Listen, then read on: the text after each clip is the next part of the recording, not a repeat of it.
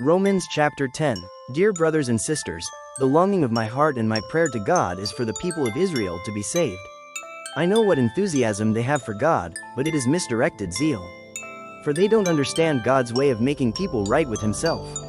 Refusing to accept God's way, they cling to their own way of getting right with God by trying to keep the law. For Christ has already accomplished the purpose for which the law was given.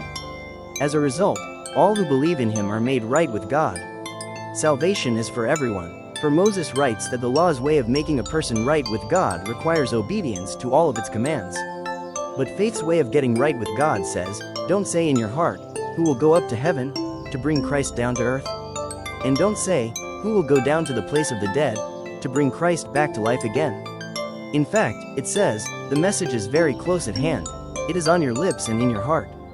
And that message is the very message about faith that we preach. If you openly declare that Jesus is Lord and believe in your heart that God raised Him from the dead, you will be saved.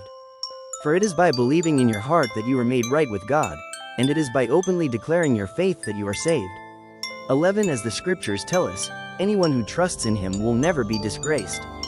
Jew and Gentile are the same in this respect. They have the same Lord, who gives generously to all who call on Him. For everyone who calls on the name of the Lord will be saved. But how can they call on Him to save them unless they believe in Him? And how can they believe in Him if they have never heard about Him? And how can they hear about Him unless someone tells them? And how will anyone go and tell them without being sent? That is why the scriptures say, how beautiful are the feet of messengers who bring good news. But not everyone welcomes the good news, for Isaiah the prophet said, Lord, who has believed our message? So faith comes from hearing, that is, hearing the good news about Christ. But I ask, have the people of Israel actually heard the message? Yes, they have. The message has gone throughout the earth, and the words to all the world. But I ask, did the people of Israel really understand?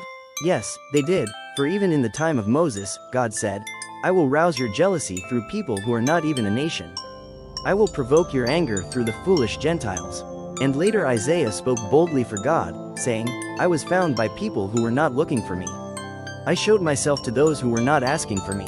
But regarding Israel, God said, all day long I opened my arms to them, but they were disobedient and rebellious.